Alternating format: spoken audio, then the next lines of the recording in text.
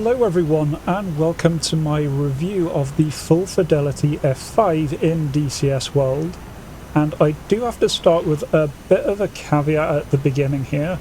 So back in 2004, Eagle Dynamics did release a remaster for the F5.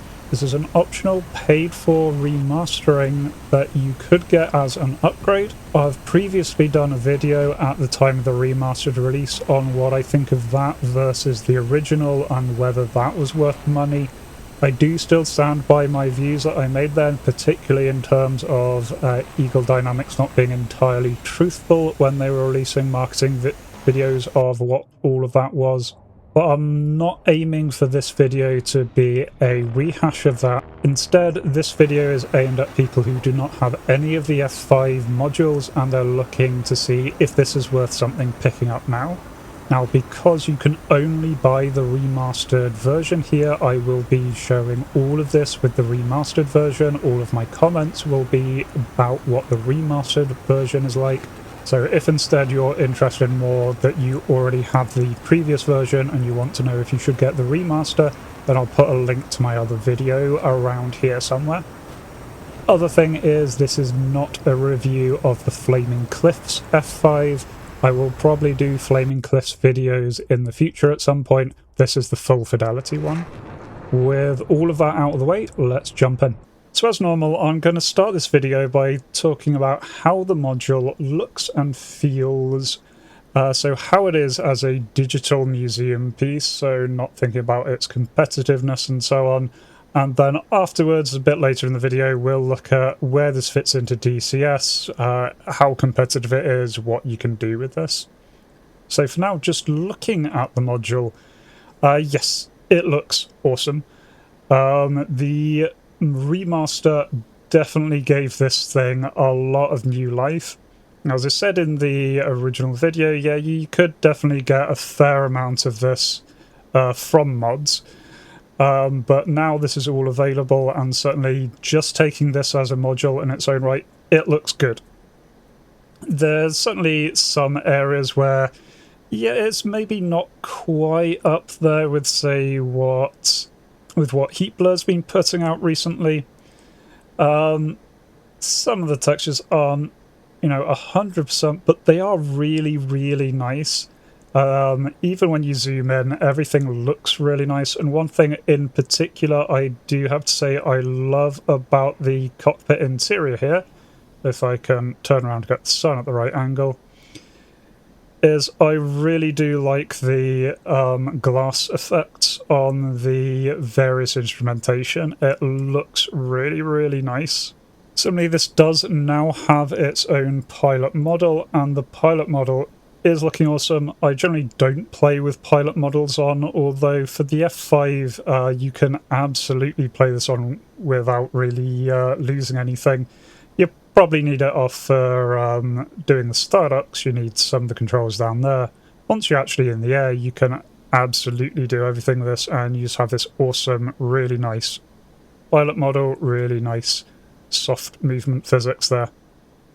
Yeah, and I think here I'm catching what I was meaning a bit about the lighting effect there. You can see kind of the partial reflection in the glass actually makes it look really cool with how that responds to the light. And one thing I would point out, though, is the cockpit glass isn't the best rendition of this that I've seen. I think they have changed it since the initial release. It looks a lot cleaner than it was. But even then, when we're looking at the scattering here, you can see it's a really weirdly pixelated image that they've used there. You get much better effects with things like the MiG-29 and the F4 with the way they've done the glass effect, but it's still it's nice and much better than it originally was in the pre-remastered version. Externally, though, the model is looking really, really nice. Reflection effects are really nice. And the little wing vortices that they've added here is a really nice effect. The textures have definitely been updated to make this absolutely up there with modern modules and modern outings. The animations are all really, really nice and pretty. There are nice, smooth animations there. Go to Master Arm, you can see the animations all looking very, very nice. It is a really, really good module to just look at. Now, one thing to note talking about the external look of this thing is that despite the F5 technically being one of the older modules that we've got, there aren't actually that many liveries available for it, and that's because when they did the remaster, all of the previous liveries didn't make it through. You can get custom liveries for this. Initially, they didn't really give any supporting for mod makers to develop their own livery. Everything was kind of restricted and encrypted. That has since been walked back, and mod makers can absolutely do liveries for this, but they do have to do new ones, which is absolutely fine. It's a new exterior model that has actually been changed. The way it renders the textures has been completely changed, but it does just mean that in terms of the amount of custom liveries you can get for this thing, it's more along the lines of one of the recent modules rather than something that has been around for years and years and years. So all of that backlog has been kind of lost, unfortunately. Sound-wise, internally, it's fine. It's a pretty quiet plane. I think that's accurate for the F5. You have a couple of small engines on the back. Your intakes are not, off your nose. So it's quite a nice, quiet module to fly around in. Externally, you can hear there's a lot more sound there.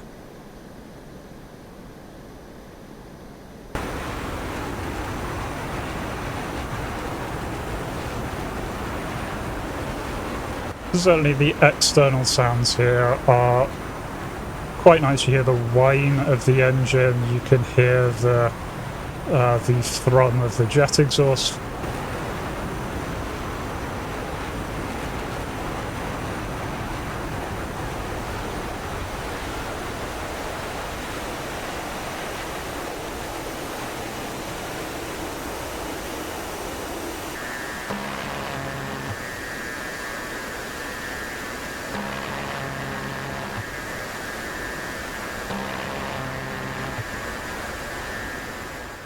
In terms of the single-player content that you get available with this, for free with the actual module, you don't get any inbuilt campaigns. There is one for the Flaming Cliffs F5, but not one for the Full Fidelity F5. There are, however, plenty of instant action missions, because all of those that did work with the original pre-remaster still do work here. And we've got a handful of inbuilt missions, but there is a lot available that you can pick up on the user files, again, because the original F-5E missions all do work with the remaster. Everything that people have been making for all of those years does still work, and so you've got plenty there to choose from. And similarly, all of the original F-5E paid campaigns are available, including ones that have come out really quite recently, the Black Sea Resolve campaign. Also, these two Aggressor campaigns. I've not played any of these myself, so I can't judge on those, but I've heard some really, really good things about both of the Aggressor campaigns if you really want to learn the F5 in a lot of detail. So then in terms of how this flies, how competitive it is, that certainly has changed a lot over the time that the F5 has been out. The most obvious comparison to put it against is its longtime rival, the MiG-21. And as I said in my MiG-21 review, that and the F5 are incredibly nicely balanced and matched. They're really, really good competitors to each other. And honestly, I don't know which is the best fighter out of the two of them. it generally comes down to pilot skill. A good F5 pilot will beat a poor MiG-21 pilot, and the other way around. A good MiG-21 pilot will beat a poor F5 pilot. You get two good pilots coming up against each other. It is a really, really narrow and balanced fight, which is really, really fun. Honestly, F5 versus MiG-21 engagements are really some of my favourite fights I've ever had in DCS. In terms of kind of the actual capability of the F5, it's an interesting middle ground in a lot of different ways. You do have a radar, but it's not the best radar in the world in that it's hard to use, it's hard to detect things on it. Does certainly have its use, particularly with helping you get radar solutions to guns in dogfights. Really handy for that. But it's nowhere near as capable as some other things, and yeah, nowhere near as capable of the MiG-21's radar. It is pretty good at manoeuvring. Not as good at manoeuvring as some of the earlier Cold War aircraft. This thing is going to be easily outrated by things like the MiG-19, but it definitely holds its own and is generally superior to the 21. Again, it can come down to pilot skill. Someone yanking the stick in an F5 is going to struggle against the MiG-21, who knows how to get the exact right AOA of maintaining their energy there. Speed-wise, it is not the fastest, and it has a pretty low thruster-weight ratio. This thing does have two engines, but they're two pretty weak engines, and despite it being a pretty light airframe, you do struggle if you're going into the vertical. It's much more of a turn fighter in general, but you do have to know where to jump and change things. And that's actually one of the things I like about this, that it's not an aircraft where you just say, okay, this is a turn fighter, I just need to turn fight, or this is an energy fighter, I just go into the vertical. This is something where you have to change your tactics depending on what you come across. Yes, if you're coming across something like a MiG-21, then yes, turn fighting is something good that you can do, that you can probably beat a 21 at. On the other hand, if you've got a MiG-19 closing with you, then yeah, you do not want to be turn fighting with that. You need to use other tactics there. And I do like that. This thing keeps you on your toes. And its air-to-air weapons are limited, but really quite decent. The main thing is you only get two air-to-air missiles. They can only be mounted on the wingtips. But the F5 comes with up to A9P5s, and so this thing does generally hold its own even on more modern servers. You can do some pretty nasty stuff by ambushing people who are not paying attention with an A9P5, and certainly in Cold War settings this thing does really, really well. The guns are a bit of a weird one on this, but I can never really make my mind up about the guns. I either love them or I hate them, and it changes depending on my sortie. The guns hit hard is the main thing. These things can just whip off a wing if they hit it right. But I do find it hard to aim these guns compared to some other aircraft, mostly because the limited number of tracer rounds and the kind of scatter of the guns seems to be a bit wider than a lot of other aircraft. It's not like the straight line of death you get in the MiG-21, but then they are quite high velocities, so you can get decent hits in, especially with that radar dogfight mode. Really, really good. All in all, this does definitely fall into that category of easy to learn, hard to master, which, yeah, these days does sound a bit like a cop-out, but it really is. This is a really easy plane to learn. If you just want to get into dogfighting for the first time, this is fantastic. The controls are basically, you arm your stuff, you've got one trigger for shoot your gun, your other weapon release button for fire the missile, you put nose on enemy, pull button, shoot down enemy. Nice, simple, straightforward. But then there is a lot more behind this. Although the F5 does automatically manage its flaps, you can normally do better manually changing the flaps if you know what you're doing, which is a really, really nice thing. It means people getting into this for the first time don't have to worry about their flaps, they can just get into combat. But people who are experienced, understand what the flight mechanics are like, you can get a little bit more out by, say, turning off your flaps, having them fully raised until you really need them, and only then starting to drop them. I've had this module for a huge amount of time, basically as long as I've played DCS. After the A10C, this was the first module that I purchased other than Flaming Cliffs ones, and so that goes right back to the beginning of this channel. But I still find I'm learning things about this plane today, new ways to use this, new little tricks to just get that 1 or 2 more % out of it. I find that really, really rewarding. Now, talking about its capabilities, it is worth mentioning its air-to-ground capabilities as well. And honestly, it's not a slouch. You generally don't think of the F5 as being an air-to-ground thing, because it's this nice, light, nimble thing. But you can actually put a lot of rockets on this thing, and a fair amount of bombs as well. And the fact that it can also equip laser-guided bombs, even though you can't laze yourself, you can certainly have this thing with laser-guided bombs and have someone else buddy laze for you. That is really, really fun to do. And my favourite tactic for air-to-ground in this is just take a bunch of rockets. You can actually lay rockets really quite accurately with this. And considering you've got those 2 hard points on your wings where you can put the rockets, you can do a fair bit of damage with this thing. Do note that it doesn't have CCIP at all, so it is just a reticule dial that you have, and so this isn't as accurate as things with CCIP, but again, that's why I like using rockets. I'm not great with reticule-guided bombs, but I can do rockets. You fire rockets, see where they go, and adjust. Now, one final little note here that I've got about the kind of competitiveness and its ability to be learned and ability to play it is its wing ripping.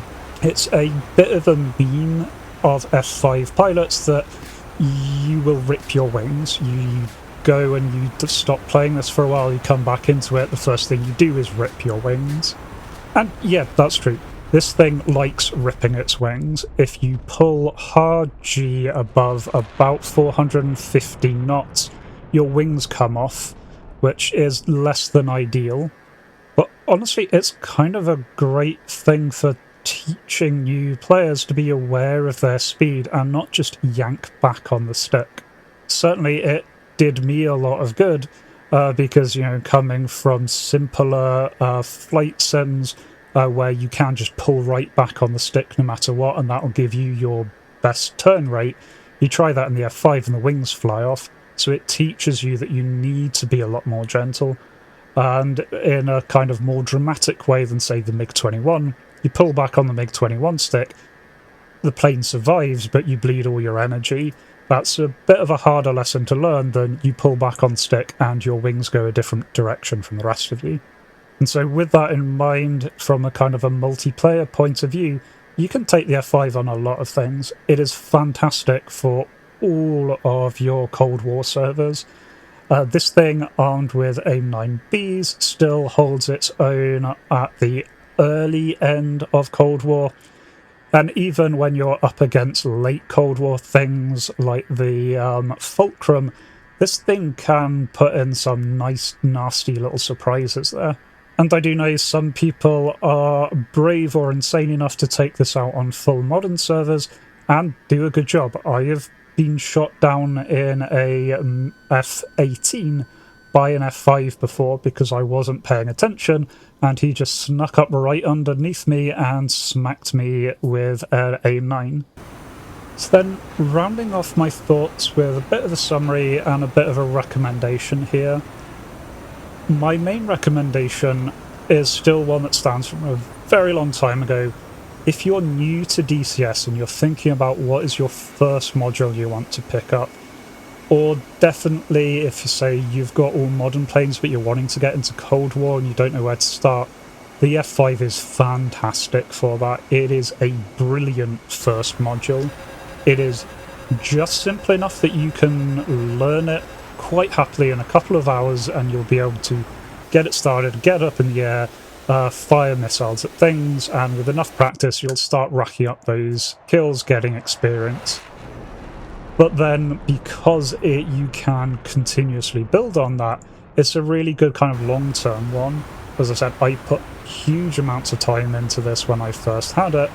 Generally, my opening to Enigma's Cold War was always either doing F5 things or doing A10A things.